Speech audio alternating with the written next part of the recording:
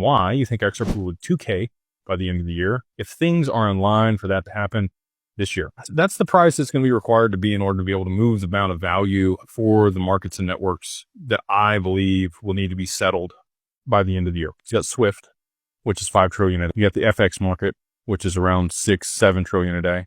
You got commodities, which is 6-7 trillion a day. You got the back end of the stock market, which is 6-7 trillion a day. So where are we at? We'll call it $25 trillion that needs to be settled on a daily basis. How much XRP do you think is available for that? 10 billion?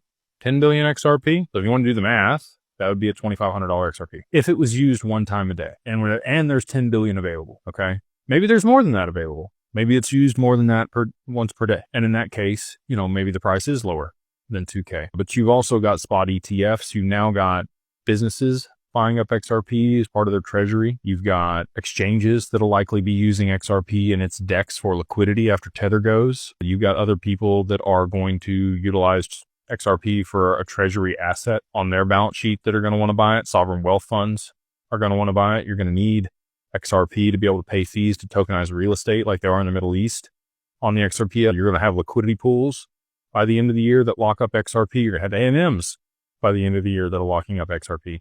So it's really a lot less available supply than I think people really understand that's going to be available by the end of the year because of all these other catalysts that are going to lock up the XRP. So to move all that value, you might have a couple billion XRP, 5 billion XRP available to settle $25 trillion a day in transaction volume, maybe more.